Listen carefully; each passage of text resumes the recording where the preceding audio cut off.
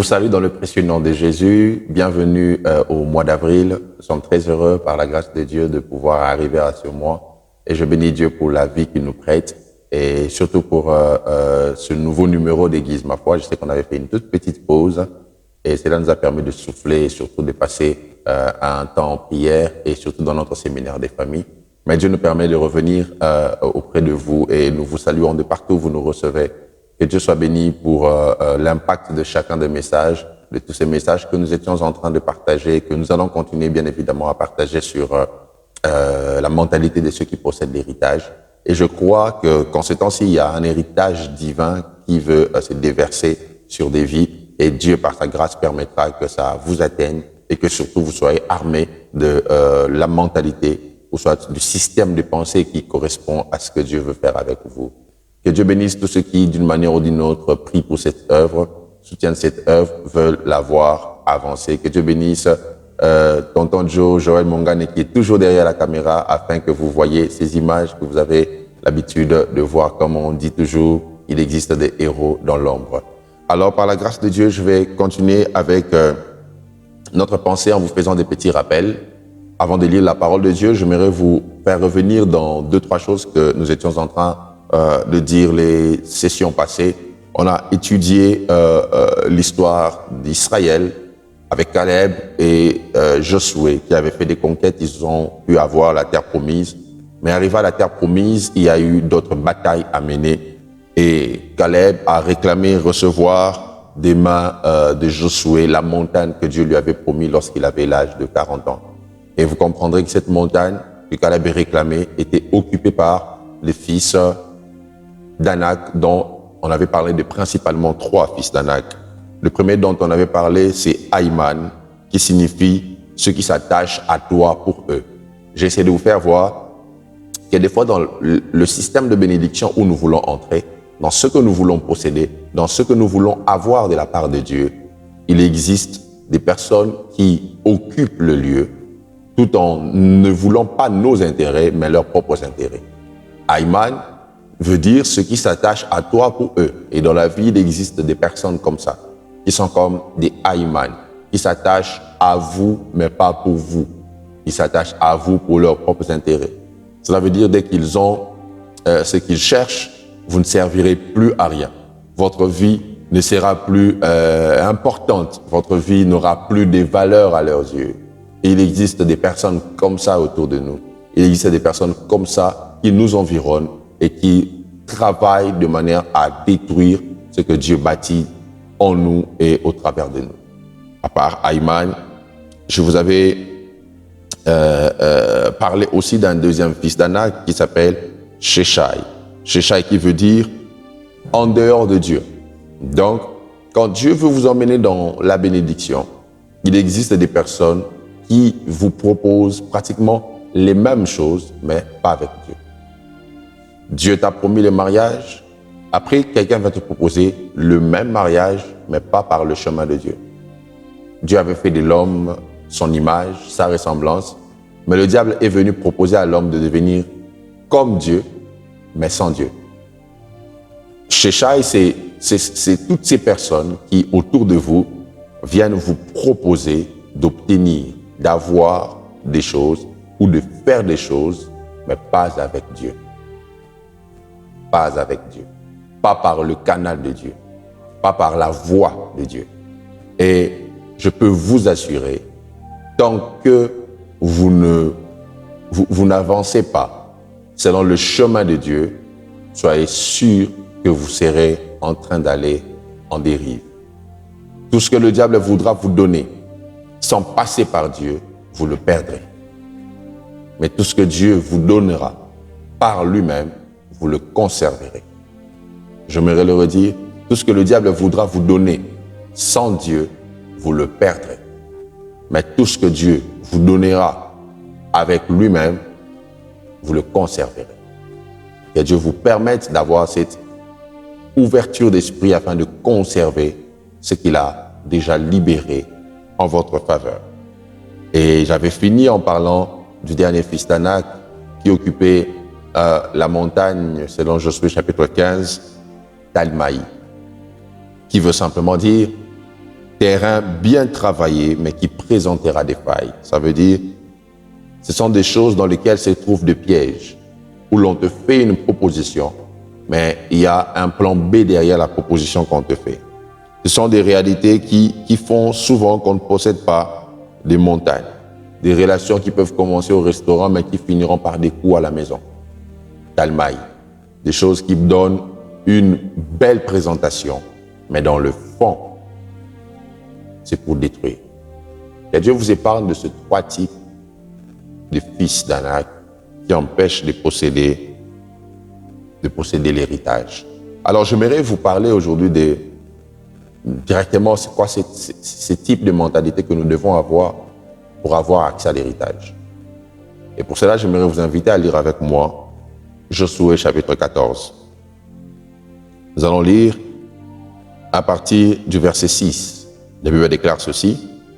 Les fils de Juda s'approchèrent de Josué à Gilgal, et Caleb, fils de Jephuné, le Kénizien, lui dit, « Tu sais ce que l'Éternel a déclaré à Moïse, homme de Dieu, au sujet de moi et au sujet de toi, à Kadès Barnéa.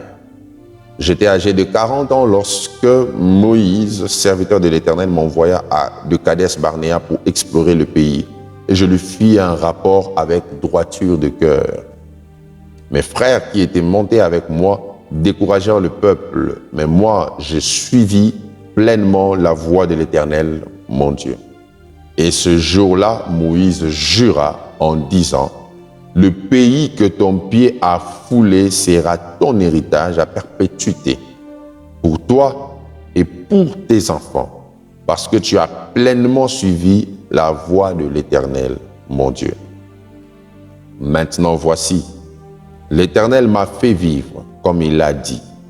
Il y a 45 ans que l'Éternel parlait ainsi à Moïse, lorsqu'Israël marchait dans le désert, et maintenant voici, je suis âgé de 85 ans. Je suis encore vigoureux, comme au jour où Moïse m'envoya. J'ai autant de force que j'en avais alors, soit pour combattre, soit pour sortir et pour entrer. Donne-moi donc cette montagne dont l'Éternel a parlé dans ce temps-là, car tu as appris, alors qu'il s'y trouve des Anakim et qu'il y a des villes grandes et fortifiées. L'Éternel sera peut-être avec moi et je les chasserai comme l'Éternel a dit. » Waouh! Cet homme, vieux, mais il avait une mentalité particulière, prêt à affronter les défis pour avoir l'héritage. Voici quelques mentalités que vous devez avoir comme Caleb pour posséder votre héritage. La première, c'est la mentalité d'appréciation. La mentalité d'appréciation. Lorsque vous revenez dans l'histoire en lisant Nombre ou Deutéronome, vous verrez que de toutes ces personnes que Moïse avait envoyées pour analyser ou étudier le pays à posséder, il n'y avait que Josué et Caleb qui avaient apprécié le lieu à posséder. Et c'est cette mentalité d'apprécier le territoire qui était occupé qui avait fait que ces deux hommes puissent recevoir un héritage. Et celui qui ne sait pas apprécier ce que Dieu lui donne à cause des obstacles qu'il voit ne pourra jamais avoir accès à l'héritage. Quand tu n'as pas la mentalité d'apprécier ce que tu vois, alors tu ne finiras jamais par l'avoir. Ce n'est pas seulement la vision qui donne le pouvoir d'avoir, c'est aussi l'appréciation de ce qu'on voit. Parce que tu peux voir, mais tant que tu n'apprécies pas ce que tu vois, tu ne peux pas le posséder. Tu ne posséderas pas un mariage que tu n'apprécies pas. Tu ne posséderas pas un travail que tu n'apprécies pas. Même si tu as commencé comme huissier, mais que tu apprécies ce que tu fais, l'endroit où tu te trouves, je t'assure que tu finiras par voir la transformation et la possession de l'héritage. Derrière ce que les autres appellent géant, ton appréciation te donnera le territoire. Derrière ce que les autres appellent obstacle, ton appréciation te permettra de voir. Celui qui sait apprécier, voit comme Dieu. Celui qui sait apprécier voit comme Dieu. Parce que Dieu ne dit pas que les choses sont bonnes parce qu'elles paraissent bonnes. Dieu dit que les choses sont bonnes quand elles paraissent mauvaises aux yeux des hommes. Car la spécialité de Dieu, c'est la transformation. Et Dieu peut voir une terre où il y a le chaos et le vide.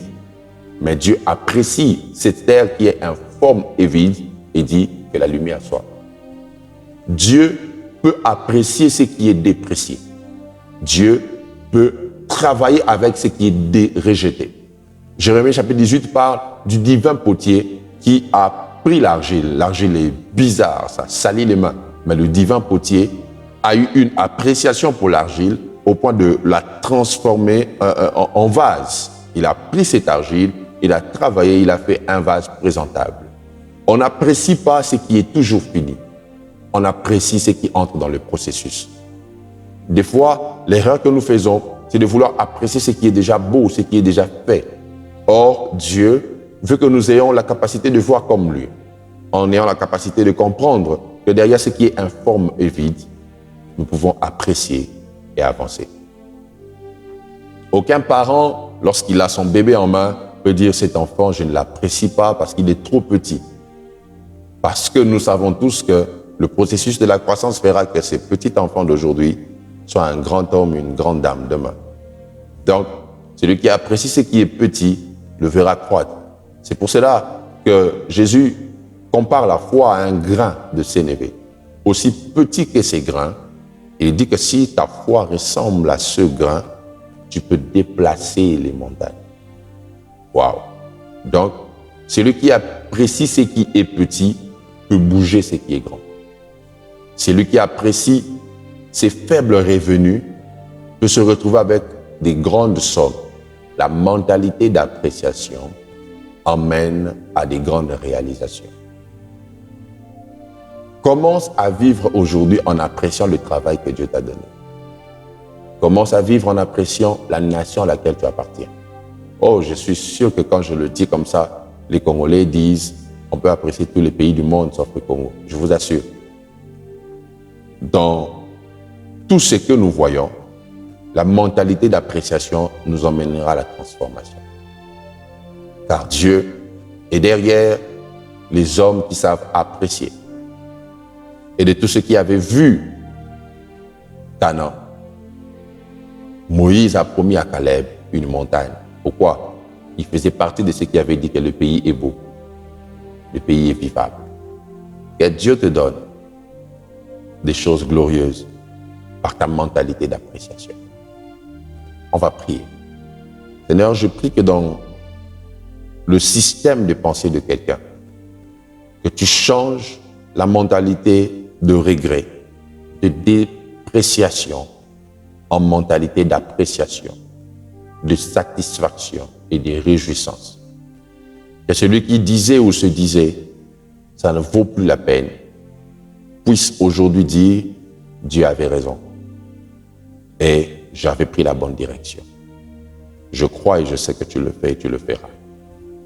Et je te rends honneur et gloire pour cela. Dans le nom de Jésus que nous avons ainsi prié. Amen.